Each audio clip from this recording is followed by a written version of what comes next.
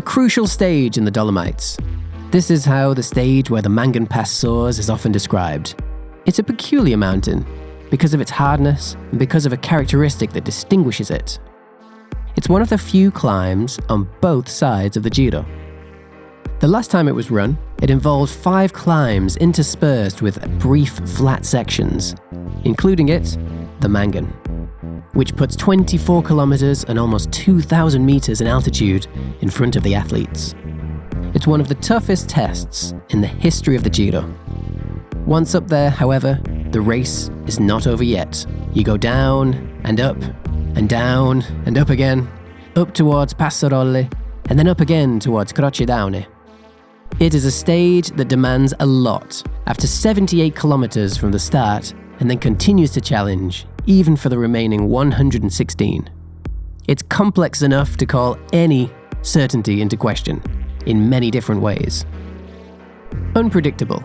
That's an adjective that lends itself well to defining both the Manghen and the Giro, more broadly. It's a competition in which everything is prepared down to the smallest detail, and yet anything can happen.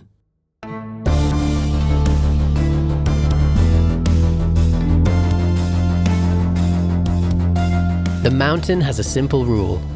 If you want to go further, you can't go around it. You have to get to the top.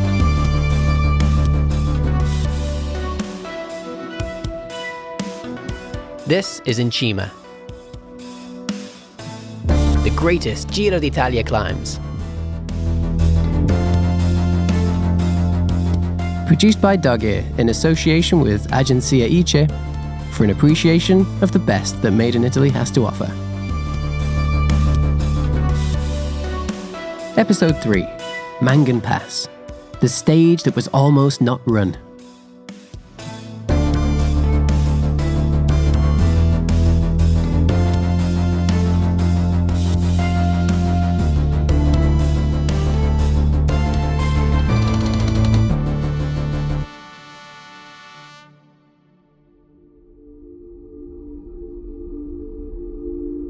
Saturday, the 1st of June, 2019. As the cyclists take their places on the starting line, it's difficult to predict the name of the possible winner of the 20th stage.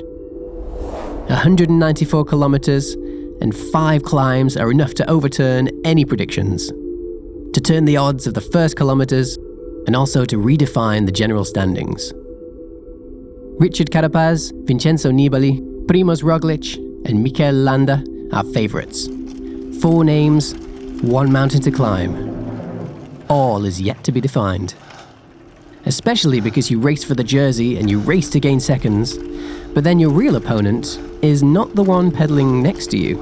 It's the road under your wheels, it's the slopes of the Dolomites, and their endless ways to challenge you.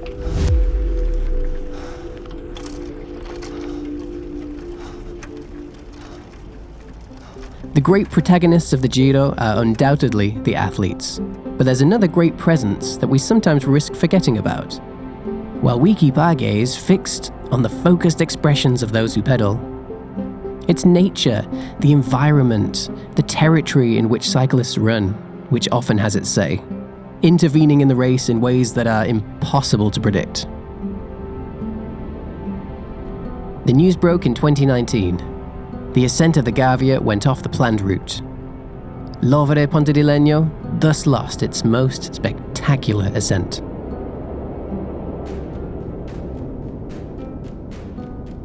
It was announced at the press conference by the race director Mauro Vegni. The weather forecast spoke of worsening and critical conditions. It was debated whether to go anyway. But then that difficult decision was made. The Gavia, with its hairpin bends, cannot be run.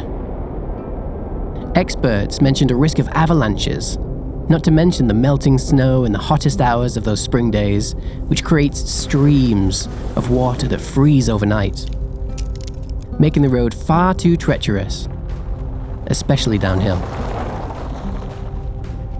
Prudence suggested to not go up there, and the whole stage was changed to an alternative climb. The mountain had spoken.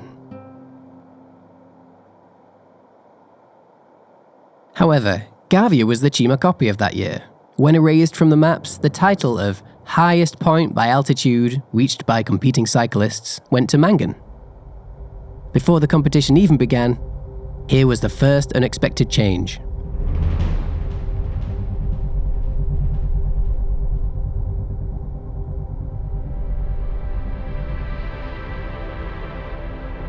And to think that even Manghen risked going off track. That the Giro could pass through here in 2019 was not obvious by any means, because just a few months earlier, on the 29th of October, bad weather had hit the Lagorai area hard, between Val Sugana and Val di Fiemme. Nature had unleashed itself with that surprising violence that sometimes strikes mountains. Flooding and landslides had damaged part of the provincial road 31, leaving it in disastrous conditions.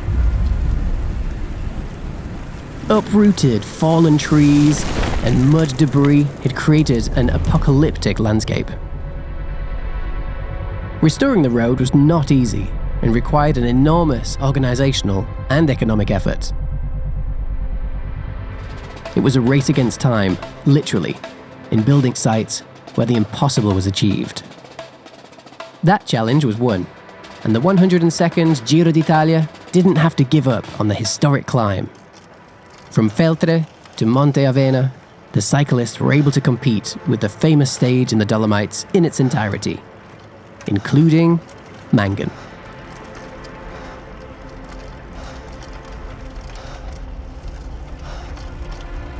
So it would seem that unforeseen events like to target Manghen, even before the race starts. The avalanche in October, the construction sites to restore the road, and then the title of the Cima copy assigned after the competition had already begun. But bad weather is only one of the unscheduled events that would determine the 20th day, certainly not the only one. Those who arrived at the highest point to watch the race still didn't know what would happen, but the anticipation for that last mountain of the Giro, one day before the final finish line, was understandably high.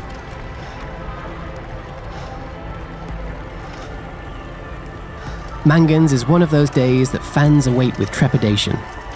It's right there, on those impossible climbs, that men turn into champions.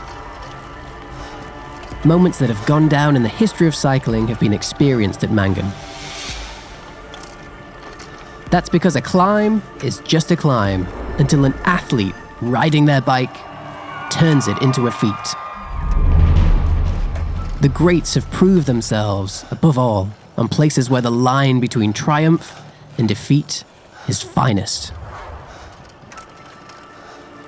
Manghen is one such place, capable of issuing a challenge, one that you can either win or lose.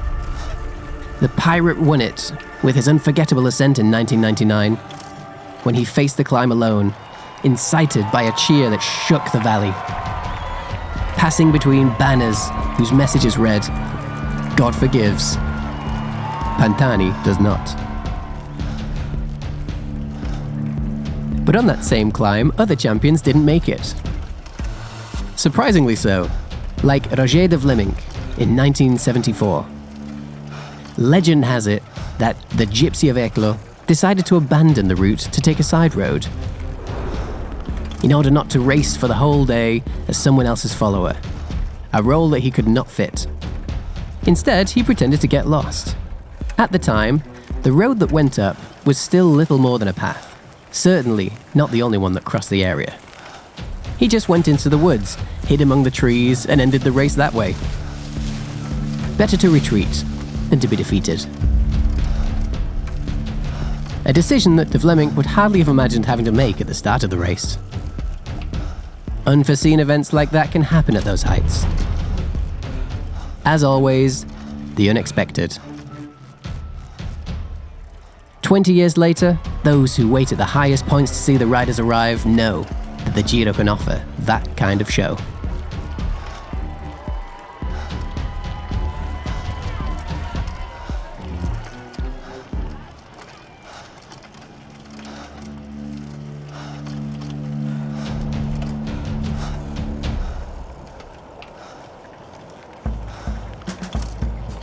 After all, that's what you can expect from mountain stages. Meeting the right man. Because the mountain looks down on the runners. Some give in, while others going up it get to stare into its eyes as an equal, after having tamed it.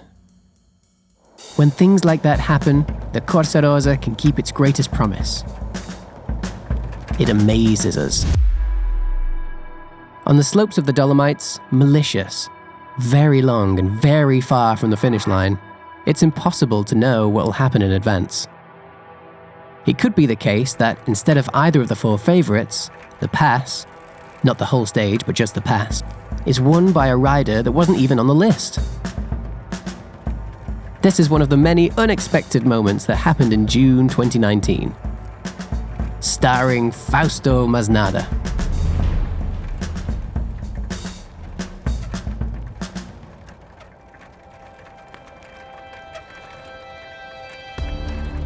Fausto Masnada. He was the first to reach the pass in 2019, attacking his opponents from the first ramps of the climb, conquering Cima Coppi. Being a climber, he'd also faced the Giro the previous year, finishing in 26th place. He tried again in 2019, with a good start to the season and a few days to remember. A sprint to the 6th stage, another marked by unexpected events. There was a big fall that had caused many other athletes to fall to the ground, including the Maglia Rosa. Masnada and Conti found themselves alone, in front of a new surprise. A four-legged creature trotting on the asphalt. Despite the precautions, a dog wandered along the path, luckily without consequences. These are the things that can happen on 238 kilometers of stage. A few days later, Masnada did so on Manghen, with a solo sprint. He got to the top first, astounding the public gathered there with flags and banners. Some even camped there days before with tents and everything to secure the best spots in that wild and remote valley. There were also those who got there by bike, because the Manghen is traditionally a climb for amateur cyclists as well. The most difficult level that can be climbed by non-professionals, perfect to accomplish one's own personal feat inspired by the great champions. And from there they got to see Masnada coming. He got his personal satisfaction, yet didn't win the stage. Such was that day in the Dolomites. Such is racing. You can get to the highest point first and still lose.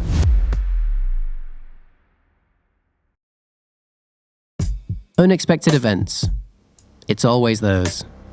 June 1st, 2019 served as many. Miguel Lopez was among the racers to keep track of on the Manghen. He held up for the entire stage, but left the scene a few kilometers from the finish line due to an accident. On Monte Avena, an incautious roadside spectator caused the Colombian to fall. Something similar happened to Primož Roglič, who found himself a handful of seconds late because of a fan who pushed him.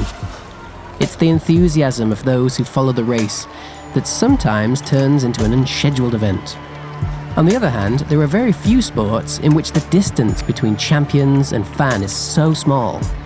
The fans are allowed to be truly present, one step away from those who compete. It's part of the beauty of the Giro.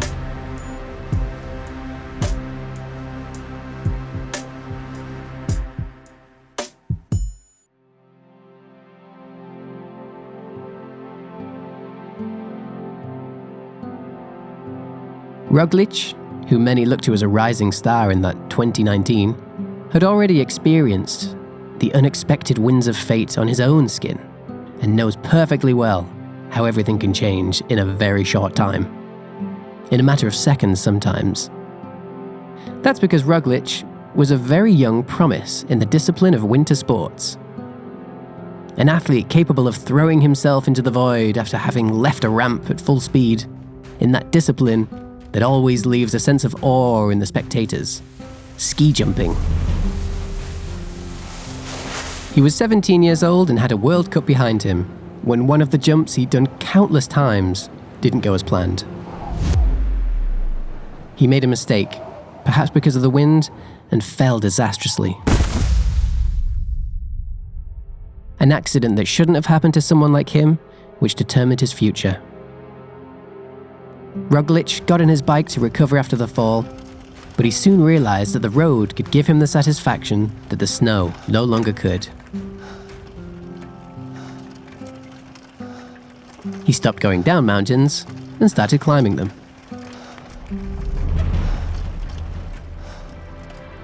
"2019 confirmed what he'd already understood. A professional athlete can control the way he gets to the race as much as possible, but not the race itself." He punctured, then fell in the stage of the Giro di Lombardia, and then got that unsolicited push. Despite these unforeseen events, he proved himself as a highly respected athlete, putting his name among those of the greats.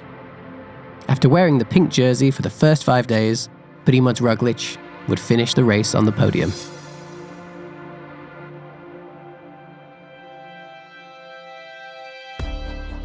On the road to the Manghen, June 1st, 2019, there was also Vincenzo Nibali, someone who'd built his career on preparation, who knew how to attack and keep the pace on every type of stage, so much so that he'd earned the nickname of Shark of the Strait.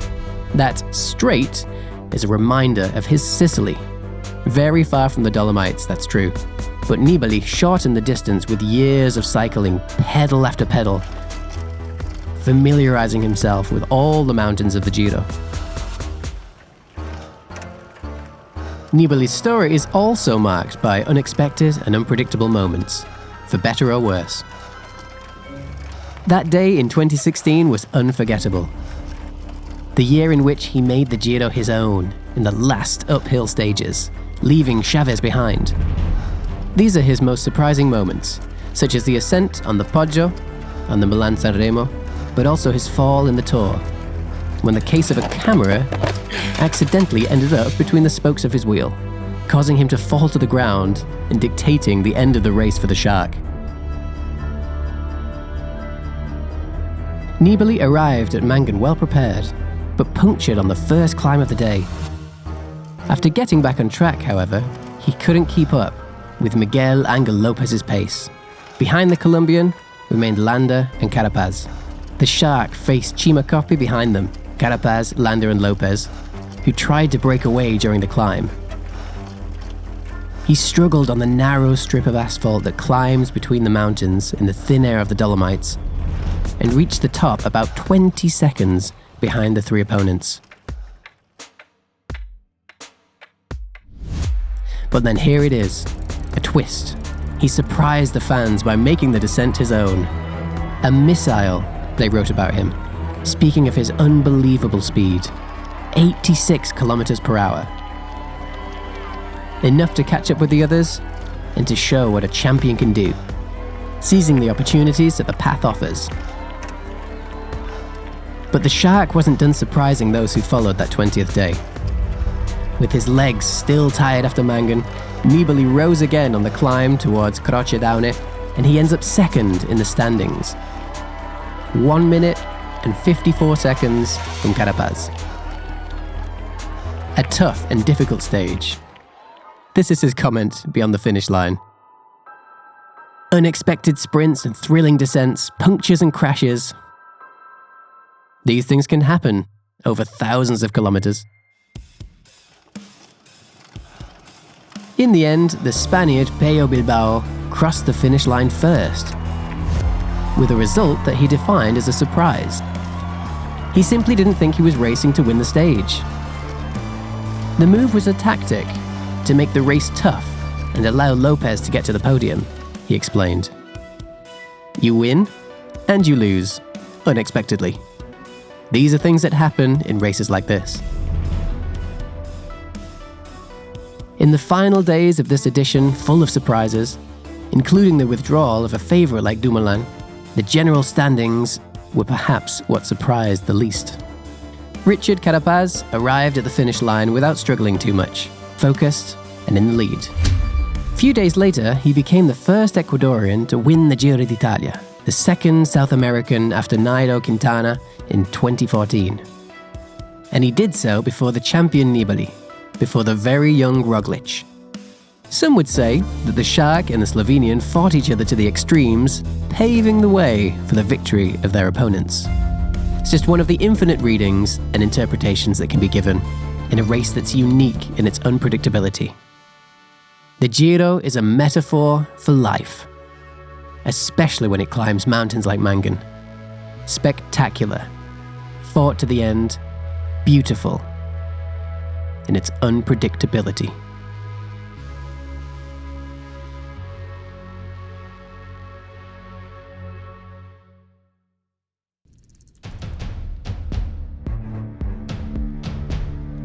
In Cima, the greatest Girod'italia climbs, is a Girod'italia podcast produced by Dogge, starring Daniel Tanner, executive producer Marta Donà and Carlo Lenotti. Written by Valentina Camarini, with the editorial support of Giacomo Botto. Directed by Marco Ferrarini. Producer Irene Oriani. Sound design and original music by Pasquale Lo Savio. Recording Dario Cuomo. Artwork Andrea Lodetti. English adaptation Diego Ferrarini. Special thanks to Silvia Forestieri, Eva Visentin and Simone Pozzi.